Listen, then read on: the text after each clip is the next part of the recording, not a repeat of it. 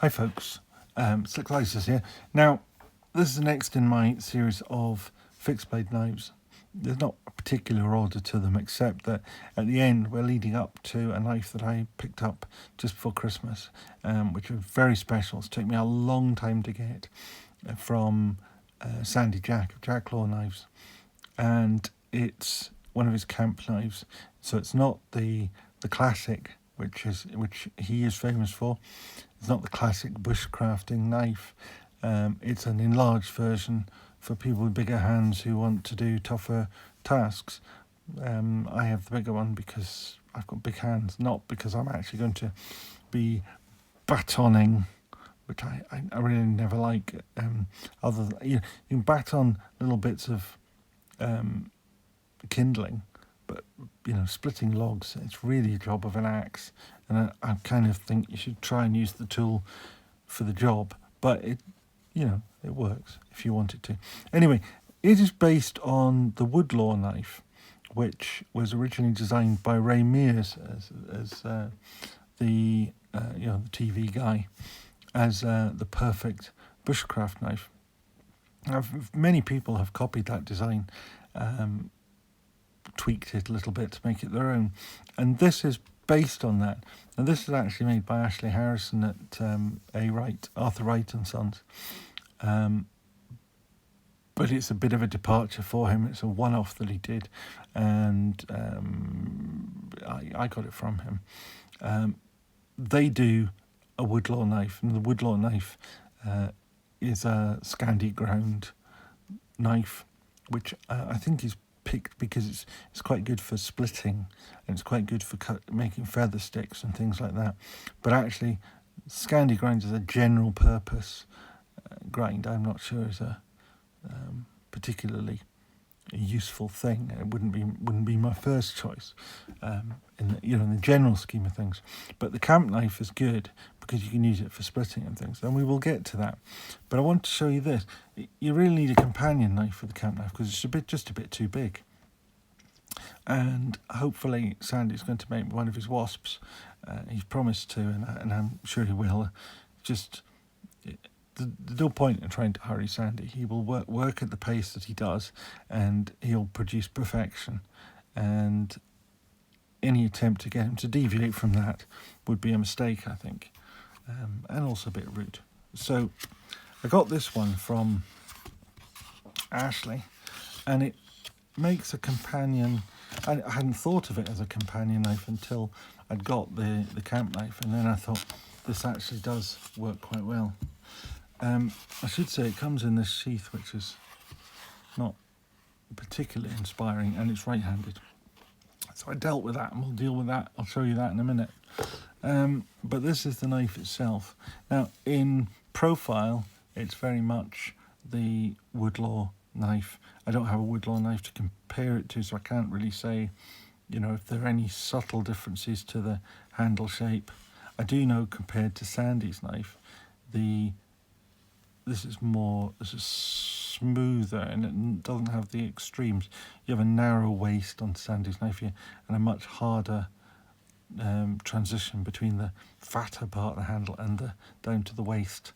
But generally speaking, it's in the same vein. Of course, it's nice and polished, so it's got my lovely fingerprints on the back. Now, this is a good solid knife that steel goes all the way through. I think it's 4mm thick, and their standard bushcraft knife that they make at Arthur Wright would look exactly the same as that if viewed in that angle. Where it's different, well, there's two ways it's different, but from a functional way that's different, is that this is a flat ground knife rather than a scandi ground knife. That makes it quite a bit lighter in the blade. Handles the same weight. We benefit from a tapered tang, but this is a budget knife. It's relatively a budget knife in the great scheme of things. But this makes a better knife for things like food prep and so forth because of the flat grind. It's made of 01 tool steel, which has caused me some quite considerable hassle, because when I got this sheath, it didn't really fit the sheath very well, so I wet formed it, which I didn't do brilliantly, I have to say. I've left a lot of fingernail marks and things in it, but what I didn't think about was if you soak the sheath in water and then put an 01 tool steel blade in it and then leave it to sit for 24 hours while it takes the shape, when you pull the knife out, it's all rusty. Now, it was very surface rusty, but I polished it out, but actually when I noticed, it's got there's some small marks in it again, so I'm going to need to give this a really good shine up. And some of these bits down here are actually pitted. So you do have to take care of a tool steel knife. That's why I'm probably disinclined to go for tool steel in the main. But anyway, this makes a nice companion knife. It's a good size in the hand, cuts nicely. I have used it. I give it a bit of a sharpen, because dear old Ashley, much as he does good work and he's reliable, he's not great at sharpening. Really isn't. Sorry, Ashley, but you're not. Now, the other thing about this knife, which obviously stands out, and you'll have seen it from the outset, is this beautiful dyed, stabilised burl wood.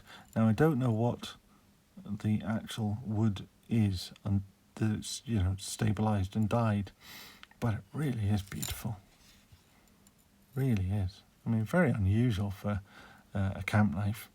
And then you've got these, they look like loveless bolts, but I think they're actually just pinned with brass collars, because I think that's the way they do them, and I don't believe they epoxy them either.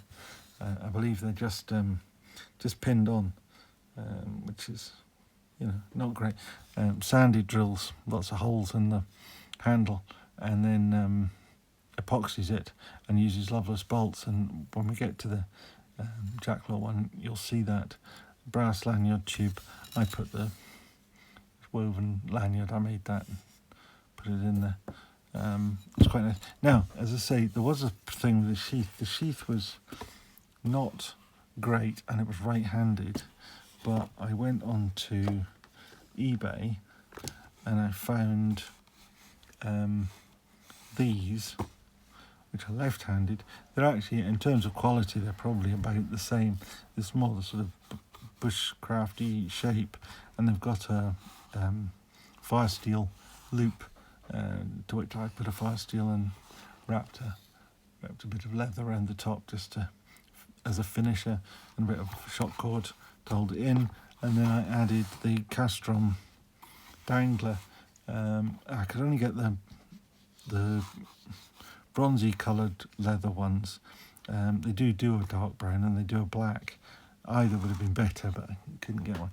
But anyway, so I've wet formed this again, but this time I rubbed oil all over the blade, and then I wrapped it in cling film before I put it in and wet formed around it, and that way it didn't go rusty.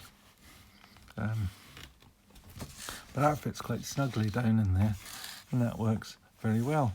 And while I was at it, my Embler, which I've already done a video on some time ago, came in this sheath here, which again is a dangler sheath, but it's right-handed. Now, I tried to buy a left-handed one from Falkniven, and they're not very expensive.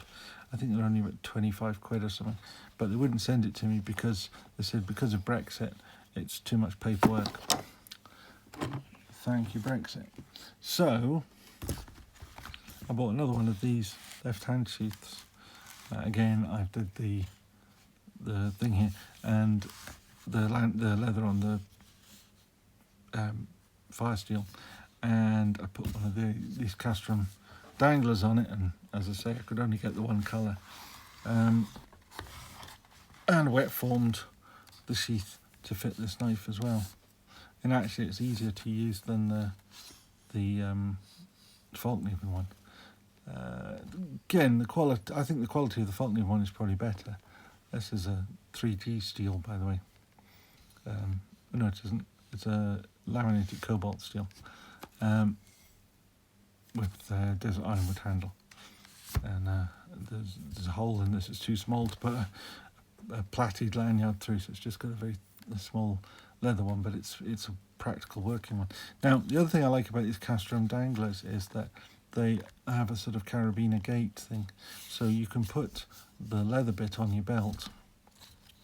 I don't know if I can do this on camera, but we shall try. So you can put the leather bit on your belt, and then have the knife stuffed away in a pack somewhere or wherever.